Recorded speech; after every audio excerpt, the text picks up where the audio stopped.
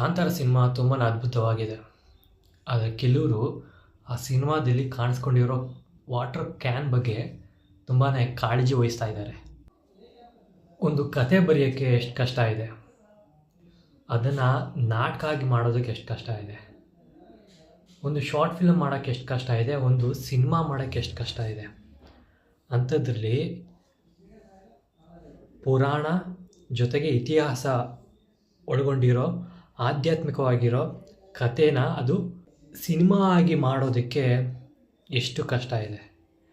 Kantara cinema ಯಾವುದೋ ಇಂಡೋರಲ್ಲಿ green screen ಹಾಕಿ ಮಾಡಿರೋದಲ್ಲ.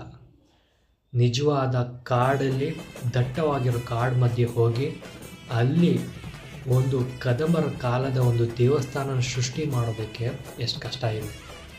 ಅದಕ್ಕೆ ಬೇಕಾಗಿರೋ ಸಲಕರಣೆಗಳನ್ನು ಇಲ್ಲಿಂದ ಅಲ್ಲಿಗೆ ಸಾಗಿಸ್ಬೇಕಂತ ಎಷ್ಟು ಕಷ್ಟ ಇದೆ. ಅದನ್ನು ರೀಕ್ರಿಯೇಟ್ ಮಾಡೋಕ್ಕೆ ಎಷ್ಟು ಕಷ್ಟ ಇದೆ.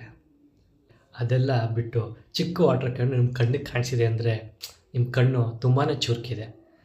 ಇನ್ನೊಂದು, ನೀವೇನು ಕೇಳಿದ್ರ ಕದಂಬರ ಕಾಲದಲ್ಲಿ ಈ ವಾಟರ್ ಕ್ಯಾನ್ ಇತ್ತಾ ಅಂತ.